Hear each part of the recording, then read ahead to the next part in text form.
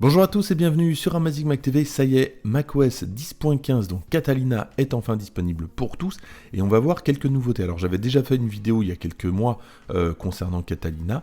Je vais en fait updater cette vidéo puisqu'il y a des choses qui ne fonctionnaient pas et qui fonctionnent maintenant. On va commencer tout de suite par quelque chose qui ne fonctionnait pas et c'était le contrôle vocal. Alors c'est pas encore ça, mais ça s'est quand même amélioré. Donc pour cela, on va dans les préférences système et on va dans accessibilité. Et on va cocher donc la partie ici, contrôle vocal.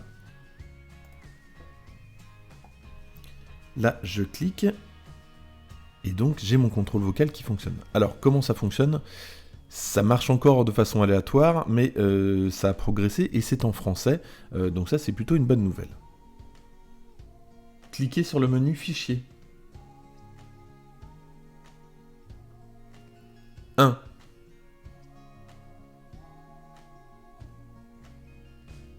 Fermez la fenêtre.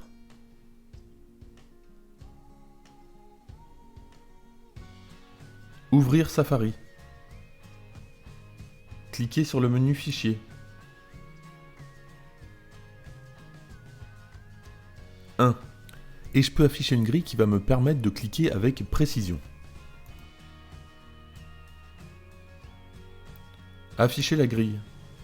Et là, ça m'a décomposé mon écran en plusieurs rectangles avec des numéros. Je vais indiquer le numéro vers lequel je veux cliquer.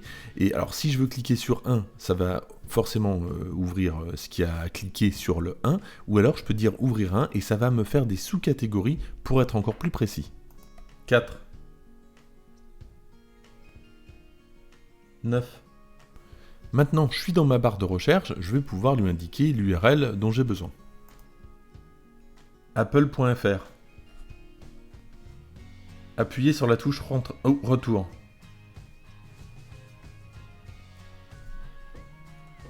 Défilez vers le bas. Défilez vers le bas. Défile vers le bas. Défilez le bas. Défilez vers le bas. Donc voilà, parfois ça fonctionne, parfois ça ne fonctionne pas. Moi, mon premier bilan, il est plutôt mitigé, puisque je m'y suis repris à plusieurs fois avant de réussir à faire ça. Bon, espérons que dans les prochaines mises à jour, ça fonctionne un petit peu mieux. Autre avantage, on va même pouvoir créer sa propre phrase. Donc ici, j'ai créé ma propre phrase qui va lancer le YouTube Amazing Mac TV. Glooby Boulga.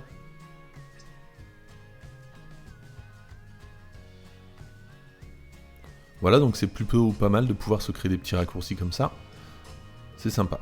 Et on continue avec les nouveautés. Vous le savez, iTunes a disparu et a laissé place à 3 nouvelles applications, dont l'application Podcast. Voilà à quoi ça ressemble.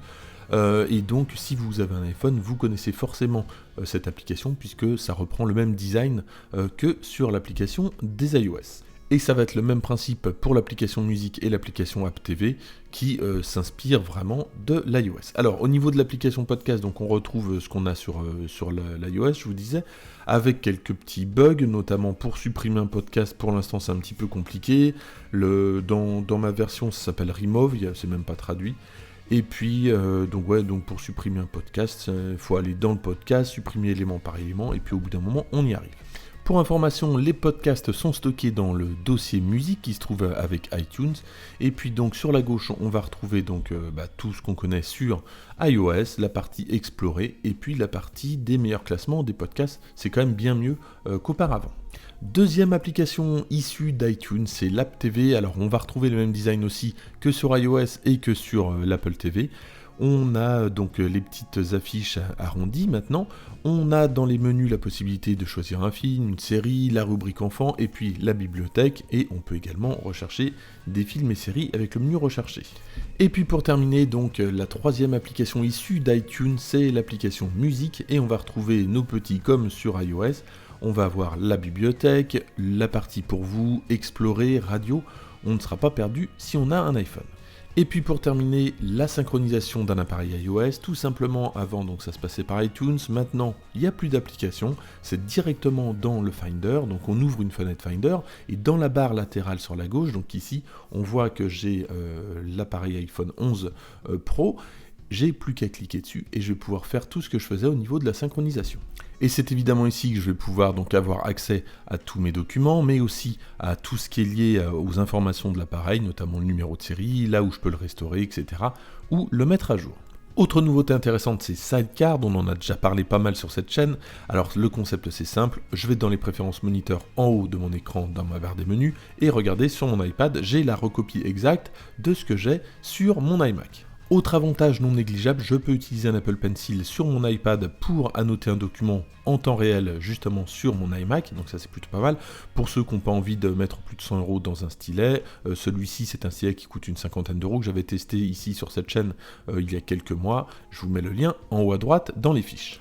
On n'en a pas parlé, mais avec macOS 10.15, c'est la fin des applications qui ne sont pas 64 bits. Donc vous allez avoir peut-être tout plein d'applications qui ne seront pas compatibles, qui vont disparaître. Alors normalement, avant d'installer macOS Catalina, vous avez un petit message qui vous dit attention, telles applications ne seront plus compatibles, mettez-les à jour si possible. Et autre disparition qui n'a pas de lien, c'est dans la partie notification, la partie aujourd'hui.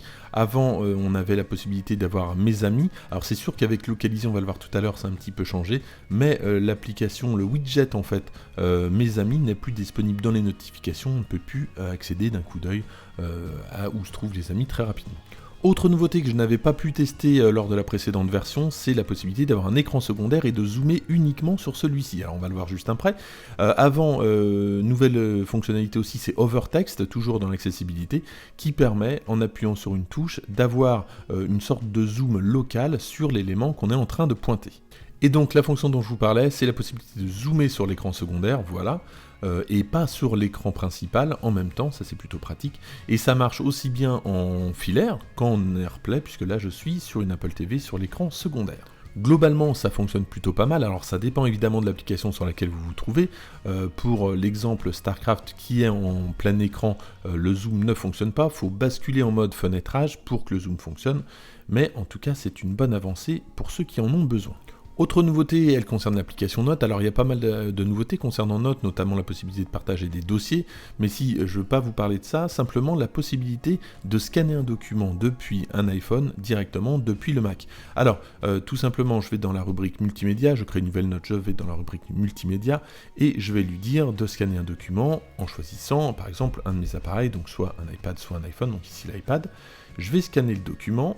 Et une fois qu'il va être enregistré dans la note, non seulement le titre de la note va être la première ligne de ce document, donc des fois c'est un petit peu aléatoire, mais en tout cas ça fonctionne généralement, mais surtout il va y avoir une reconnaissance du document, et lorsque je vais chercher un mot que j'ai qui correspond en fait au document, il va me ressortir le document, ça c'est vraiment super bien.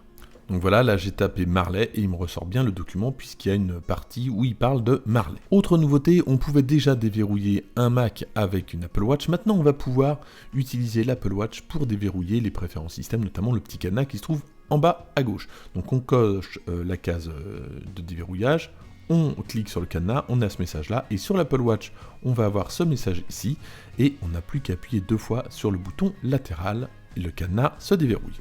Dans les préférences système, on a un nouveau fond d'écran dynamique, notamment Catalina. Alors pour rappel, Catalina, c'est une île qui est au large de la Californie, et on va avoir, comme pour le désert de Mojave l'année dernière, une sorte de balayage au fur et à mesure du jour, qui va aller du jour à la nuit, c'est super sympa.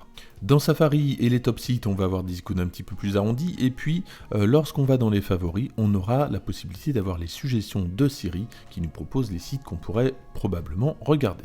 Autre nouveauté très intéressante, c'est l'apparition enfin de temps d'écran sur Mac. On l'avait déjà depuis un an sur iOS, et bien maintenant on l'a sur Mac, c'est une bonne nouvelle. Ici on va retrouver à peu près ce qu'on a sur iOS, et vous voyez que tout converge vraiment entre iOS et macOS, puisque c'est pas la première chose qu'on voit dans cette vidéo.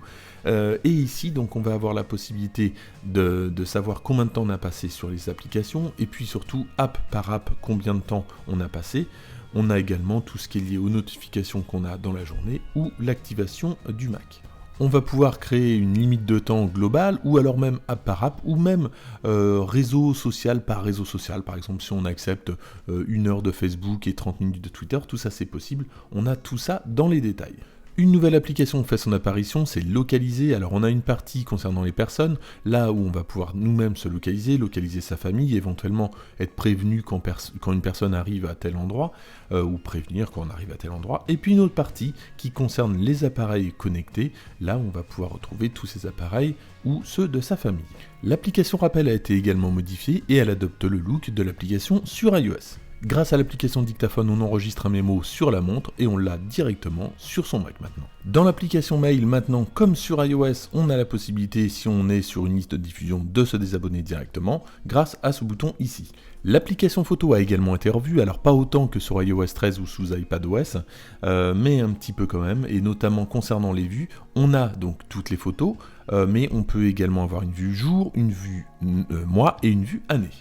On en a parlé tout à l'heure lorsqu'on a abordé le sujet des notes.